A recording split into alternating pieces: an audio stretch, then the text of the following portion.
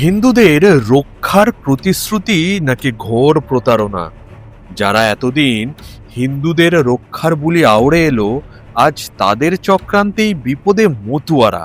রাজ্যে খসড়া ভোটার তালিকা প্রকাশ হওয়ার আগেই সামনে এলো এক ভয়ানক তথ্য।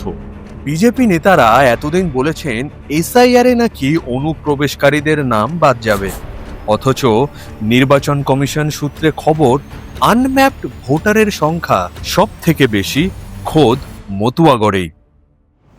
সব থেকে বেশি আনম্যাপড ভোটার কোথায় জানেন?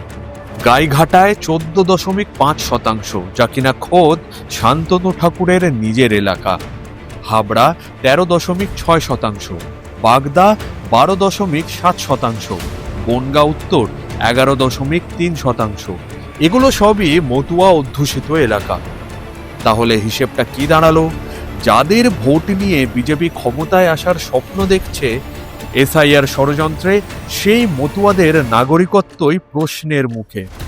হিন্দুদের রক্ষার নামে বিজেপি মতুয়াদেরই আনম্যাপড করে দিল না তো?